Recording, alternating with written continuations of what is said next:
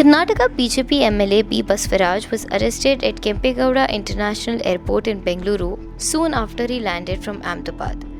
The arrest came after his anticipatory bail plea was rejected by the Karnataka High Court and later by the Supreme Court. The court decisions cleared the way for police action. A team from the Criminal Investigation Department took the KR-Puram MLA into custody. The arrest is linked to the murder of real estate agent and alleged rowdy sheeter Shivaprakash, known as Piklu Shiva. The 40-year-old Shivaprakash was killed on July 15, 2025 in Bharti Nagar. Police have listed Basavaraj as accused number 4 in the case. The victim's family has alleged that the murder was carried out at the MLA's direction. Investigating officers said they have gathered evidence that support these claims.